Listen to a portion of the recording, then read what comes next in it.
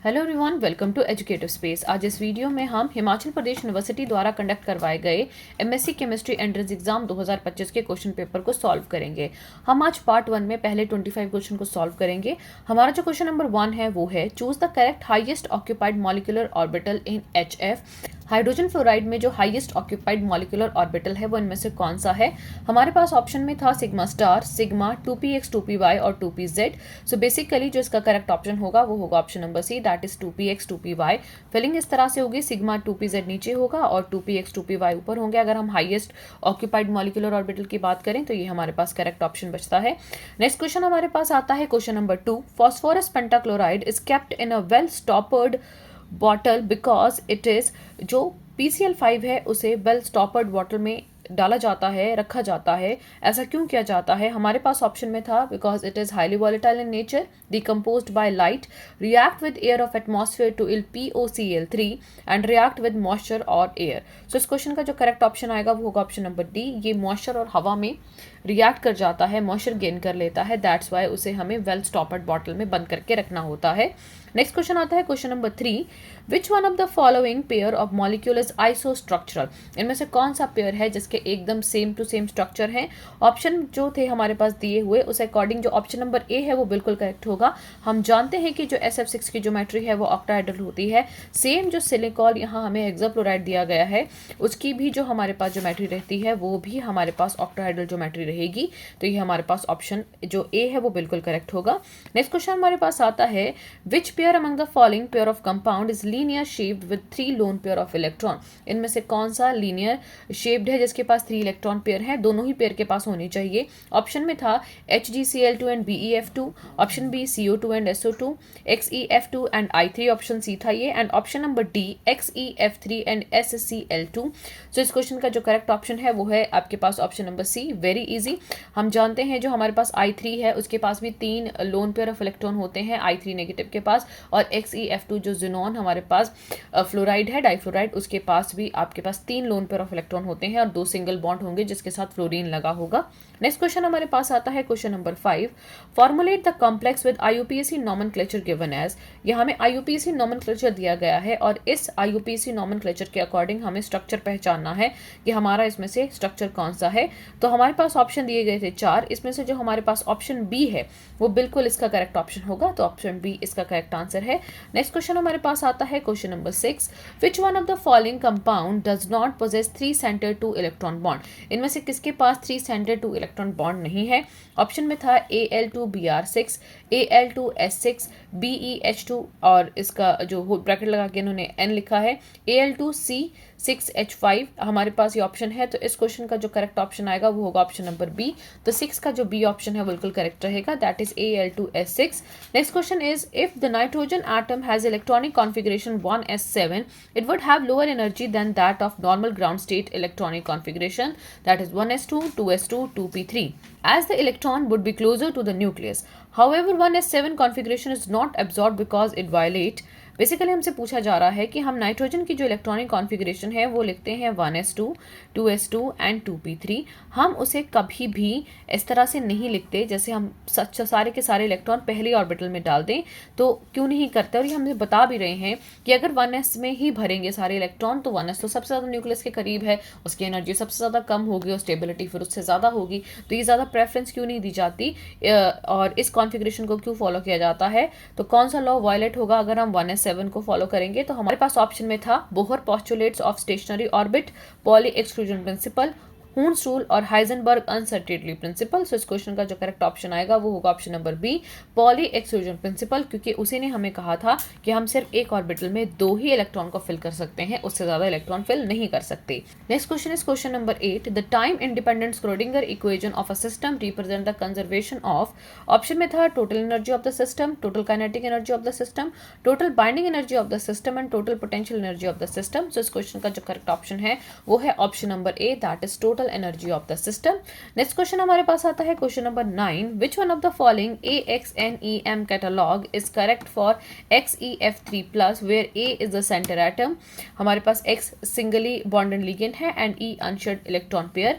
तो बेसिकली अगर आप बात करें एक ही जगह हमें सेंटर एटम लिखना है, तो सेंटर एटम हमारे पास क्या है, XE है, तो ये हमारे पास आ जाएगा, एक ही सेंटर एटम है तो A लिखेंगे। उसके बाद X सिंगली बॉन्डेड है तो हमारे पास 3 F3 होंगे, जो आपके पास सिंगली बॉन्डेड होंगे तो X के लिए हमें 3 लिखना पड़ेगा। उसके बाद 2 इलेक्ट्रॉन पेयर रह जाएंगे, तो हम इलेक्ट्रॉन पेयर को E से डोनेट करेंगे और 2 हैं हमारे पास, तो यह आ जाएगा E2। तो इस हिसाब से ऑप्शन नंबर C बिल्कुल करेक्ट होगा, तो 9 का ऑप्शन नंबर C करेक्ट है।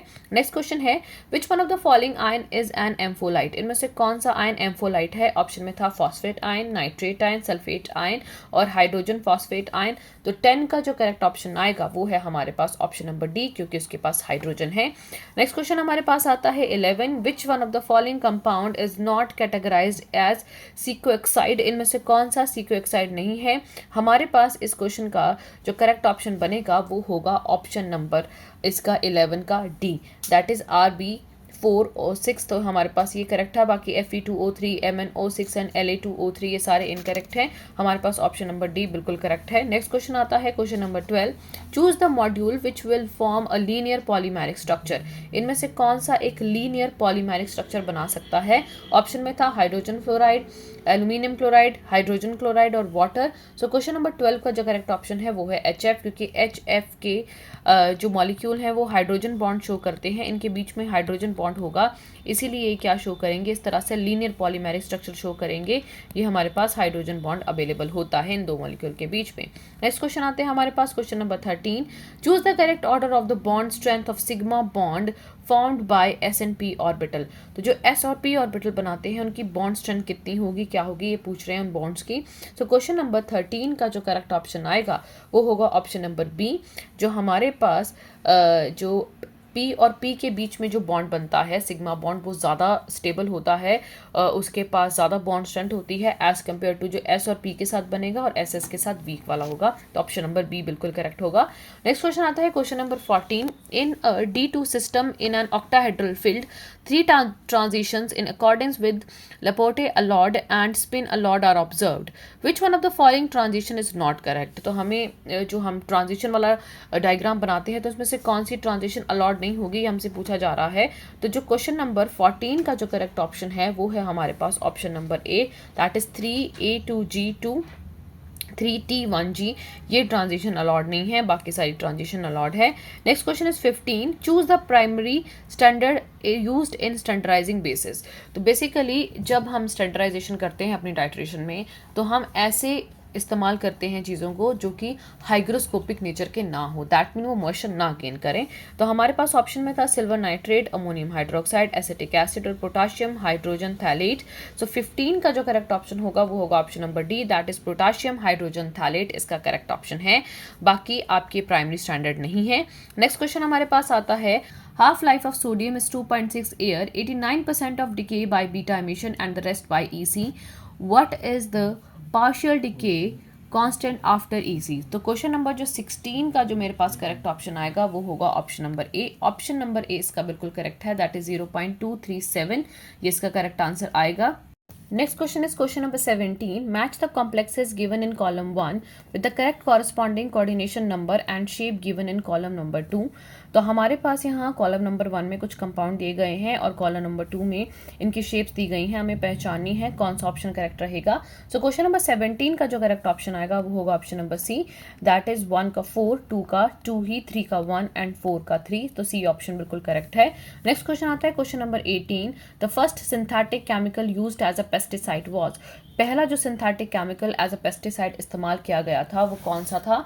तो क्वेश्चन नंबर जो 18 है उसका जो करेक्ट ऑप्शन आएगा वो होगा हमारे पास option number A, that is 1 2 3 4 5 6 hexachlorocyclohexane. तो ये हमारे पास आता है, ये हमारे पास करेक्ट ऑप्शन होगा। नेक्स्ट क्वेश्चन हमारे पास आता है 19, क्लासीफाई द फॉलोइंग रिएक्शन। हमें रिएक्शन दिया गया है तो इसमें हमें बताना है कि ये कौन सा रिएक्शन है आपका। तो हमारे पास था auto ionisation, solvolysis, precipitation reaction या सॉल्वेशन रिएक्शन। तो क्वेश्चन नंबर 19 का जो करेक्ट ऑप्शन है वो है हमारे पास option number B, that is solvolysis. Next question is 20, which statement correct represent the Q value in a nuclear reaction. जो हमारे पास Q वैल्यू है उसको कौन रिप्रेजेंट करता है न्यूक्लियर रिएक्शन में? ऑप्शन है it is the mass defect of the nucleus, it is the amount of energy released और absorb during the reaction, it is a half life of radioactive isotope, it is a binding energy of a nucleus. So question number 20 का जो correct option आएगा वो होगा option number B, that is it is the amount of energy released और absorb during the reaction. Question is 21, if the magnetic moment of an octahedral complex CO2 is 4.0, what would be the d electronic configuration of cobalt 2? हमारे पास 21 का जो correct option आएगा वो होगा option number सी। आपके पास ये बिल्कुल करेक्ट ऑप्शन है। नेक्स्ट क्वेश्चन हमारे पास आता है, the intense blue colour of iron hexacyanoferrate complex is associated with. तो हमारे पास जो 22 में हमें पूछा गया question, that is called intervalence electron transfer हो सकता है, या metal to ligand charge transfer हो सकता है, डी ट्रांजिशन हो सकती है, या ligand to metal charge transfer हो सकता है। तो हमारे पास इसका जो करेक्ट ऑप्शन है जो 22 का बनेगा वो हमारे पास होगा option number A, that is called intervalence electron transfer. Next question हमारे पास आता है question number 23, trivalent ion of cerium Ce3 positive and terbium Tb3 positive are colorless. However, they exhibit exceptionally strong absorption UV region because basically colourless compound होते हैं, ये colourless ion होते हैं, लेकिन उसके बावजूद भी ये यूवी रेडिएशन को एब्जॉर्ब कर सकते हैं। ऐसा क्यों है? ऑप्शन में था D transition, D to F transition, F to D transition या allowed F F transition. So question number 23 का जो करेक्ट ऑप्शन है वो है C option, that is F to D transition. Next question is 24. Silicons are called inorganic polymers due to absence of which one of the following atom in the main backbone chain? हमारे पास option में है carbon, nitrogen, oxygen और hydrogen. सो 24 का जो correct option है वो है option number A, that is carbon. Silicones में कोई भी कार्बन नहीं होता। बेसिकली ये जो सिलिकॉन ऑक्सीजन सिलिकॉन लिंकेज होती है यही कंपाउंड बनाती है और ये आगे जाके इनको हम सिलिकॉन्स बोलते हैं। Next question is 25, a broad and asymmetric absorption band is shown by, हमारे पास है hexa aqua titanium 3 complex in the visible region which may be attributed to. तो बेसिकली ये जो हमें एब्जॉर्प्शन बैंड दिखते हैं और जो एसिमेट्रिक एब्जॉर्प्शन बैंड हैं, ठीक है, विजिबल रीजन में शो होते हैं। क्यों? ऑप्शन में था induced electron transfer reaction, intensity stealing transition, Laporte allowed D transition, या हमारे पास है लेपोटे फॉरबिडन डी ट्रांजिशन। तो ऑप्शन नंबर 25 का जो करेक्ट ऑप्शन है वो है option number D, that is Laporte forbidden D transition. तो आज इस वीडियो में हमने पहले 25 क्वेश्चन को डिस्कस किया जो कि 2025 में हिमाचल प्रदेश यूनिवर्सिटी के एमएससी केमिस्ट्री एंट्रेंस एग्जाम में पूछे गए थे। नेक्स्ट वीडियो में हम नेक्स्ट 25 क्वेश्चन को डिस्कस करेंगे। अगर आपको ये वीडियो हेल्पफुल लगी है तो इस वीडियो को जरूर शेयर करें, चैनल पे नए हैं तो चैनल को सब्सक्राइब करें और आने वाली वीडियो की नोटिफिकेशन के लिए बेल आइकन पर क्लिक करें। Thanks for watching.